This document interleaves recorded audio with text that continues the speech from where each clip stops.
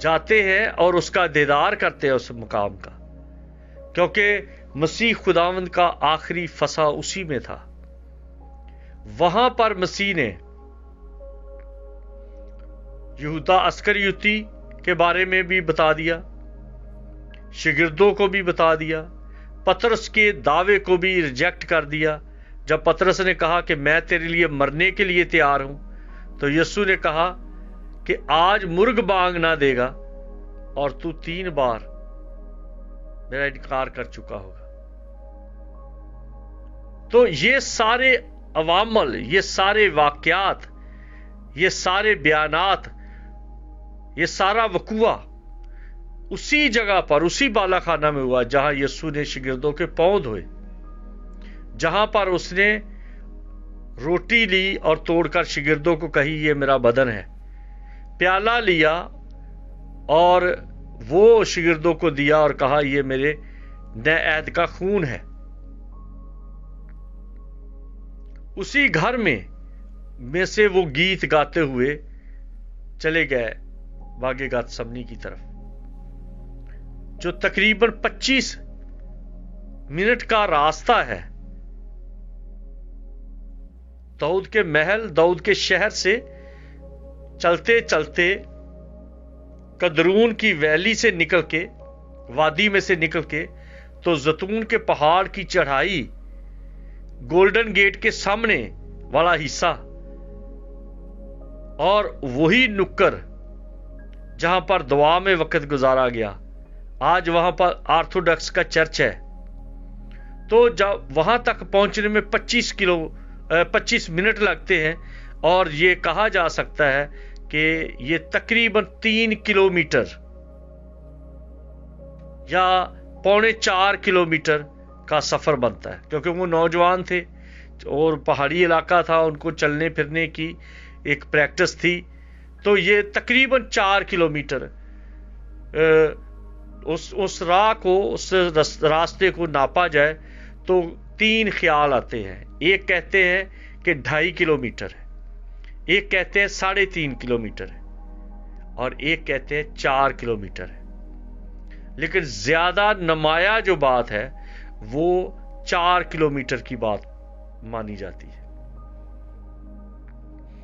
اب وہاں پر جب وہ پہنچ گئے ہیں تو یہ سارا واقعہ رات کا ہے، جسے ہم منگل کی رات کہتے ہیں۔ حالانکہ ہیبرو سٹائل کے مطابق، ہیبرو ترتیب کے مطابق وہ بدھ کا ٹائم تھا، لیکن آج کل کے حساب سے وہ منگل کی رات تھی۔ اور اس کو سادے لفظوں میں بھی کہہ لو کہ منگل کی رات، منگل کا مطلب ہوتا ہے خوشی، اور رات کا مطلب ہوتا ہے گم جانا، ختم ہو جانا۔ تو منگل کی رات کا مطلب ہے خوشی کا اندھیر ہو گیا، خوشی ختم ہو گئی۔ تو وہ ٹائم تھا، اسی لیے صبح جب ہوئی تو اس کو کہا گیا راہ کا بدھ، دکھ کا بدھ، دکھوں کی زندگی، دکھوں کا عمل شروع ہو گیا، اور 9 بجے یسوع مسیح کو صلیب دے دیا گیا۔ اب جب یہ سارا میں نے ایک طرح سے ریویژن کی ہے تاکہ آپ کو سارا ماحول کا پتہ چل جائے، تو پہلے دن کی یہ بات ہے، یعنی کہ اتوار کے دن کی بات ہے، کہ جب مریم مگدلینی اور دوسری مریم اور کچھ اور عورتیں قبر پر گئی۔ اب قبر پر گئی ہیں تو اتنی جذباتی ہیں کہ دیکھا ہے کہ قبر کا منہ کھلا ہے، دیکھا ہے کہ پتھر ہٹا ہوا ہے، اور بھاگی ہیں، اور اس قدر جذباتی ہیں کہ اندر بھی جھانکا ہے اور بھاگ گئی ہیں جا کے، تو شاگردوں کو کہا ہے کہ یسوع کو کوئی چرا کے لے گیا۔ وجہ یہاں پر جو نظر آ رہی ہے وہ ہے کہ بات سنی نہیں گئی۔ یہ پہلا دن ہے اور مریم نا امید ہو گئی ہے، اور ناامیدی کی وجہ سے اس نے بات بھی فرشتے کی نہیں سنی، اور بے سمجھی کا پیغام یہ دیا، یوحنا کی انجیل 20ویں باب کی 2 آیت میں، کہ یہ بے سمجھی کا پیغام ہے کہ اس نے جا کے شاگردوں کو کہا کہ یسوع کو کوئی چرا کے لے گیا۔ اس کے دعوے بھی بھول گئی، اس کی قدرت بھی بھول گئی، اس کا اختیار بھی بھول گئی، اور ارد گرد کے ماحول پر نگاہ کر کے قبر کا منہ کھلا خالی قبر دیکھا اور بھاگ گئی، اور جا کے تو نئی بات مشہور کر دی کہ اس کو چرا کر لے گئے۔ حاصل کلام یہ ہے، پہلے دن میں 5 واقعہ بیان کروں گا۔ یہ پہلا واقعہ ہے، اور اس کی بات سن کے پطرس اور یوحنا بھاگے ہیں۔ یہ یوحنا وہی ہے جسے یسوع پیار کرتا تھا۔ یہ وہی یوحنا ہے جو رات کو وہ جب پولیس والے جو آرمی والے تھے رومی پکڑنے لگے تو چادر چھوڑ کے بھاگ گیا۔ اس نے چادر کی بکل ماری تھی، چادر اپنی جسم پہ لپیٹی تھی، اور جب انہوں نے اس کو پکڑنا چاہا تو یہ اپنے اوپر سے وہ چادر کی بکل چھوڑ کر بھاگ گیا، چادر ان کے ہاتھ میں رہ گئی۔ یہ وہ یوحنا ہے، اور یہ وہی یوحنا ہے جو یسوع کے سینے کا سہارا لے کر بیٹھا ہوا تھا۔ یہ وہی یوحنا ہے جس کا بار بار انجیل میں ذکر آتا ہے کہ جسے یسوع پیار کرتا تھا۔ یہ وہی یوحنا ہے جس نے انجیل لکھی، 3 خط لکھے اور 1 مکاشفہ کی کتاب لکھی۔ یہ وہی یوحنا ہے جس کو بارے میں یسوع نے کہا کہ یوحنا یہ تیری ماں ہے، اور ماں مریم کو کہا یہ تیرا بیٹا ہے۔ یہ وہی یوحنا ہے جو اس حد تک بہادر اور دلیر تھا کہ صلیب تک بھی پہنچ گیا، اور رات کو بھی جب یسوع کو پیٹا جا رہا تھا، رات کو عدالتیں لگی تھی، تو یہ یسوع کا پیچھا کر رہا تھا، یسوع کے پیچھے پیچھے پھرتا تھا۔ یہ یوحنا اور پطرس بھاگے ہیں بالا خانہ سے، اور بالا خانہ سے جو قبر کا ایریا ہے وہ زیادہ دور نہیں ہے، جبکہ باغ گتسمنی دور ہے بالا خانہ سے، اور جہاں قبر ہے، کیونکہ جیسے ہی ہم باہر نکلتے ہیں شہر سے تو 2 موڑ ہیں، ادھر سے گھوم کر آگے جائیں۔ اب میں آپ کو کس طرح سے ان کی ساری ترتیب بتاؤں، تو ہم کافی دیر رہے ہیں وہاں پر، تو ہم دیکھتے رہے کہ بڑی آسانی سے ہم قبر تک پہنچ سکتے ہیں، اور شہر کے دور سے دیکھیں تو جو کھوپڑی کی جگہ ہے وہ نظر بھی آتی ہے، کلوری نظر آتا ہے۔ اور وہ جب آئے شاگرد بھاگے گئے، اور جا کے پطرس سپیڈ سے گیا ہے، اور جا کے اندر دیکھا تو 2 فرشتے ہیں، اور انہوں نے دیکھا کہ وہاں پر صرف کفن پڑا ہے، اور ایک رومال ہے جو طے کیا ہوا وہاں پر رکھا ہوا ہے۔ اب رومال کے بارے میں اگلے بیان میں بتاؤں گا، کچھ ٹائم آپ تھوڑا ایزی ہو جائے، اور میں پھر آپ کو رومال سے لے کے تو کفن کی بات پر بھی لے کے چلیں گے۔ اپنا خیال رکھیں، اور جلدی واپس آ جائیں سیشن کے لیے، تھوڑے وقت کا تھوڑا گیپ لے لیں تو ہم اسی کو کنٹینیو رکھیں گے۔ خداوند آپ کو برکت دے۔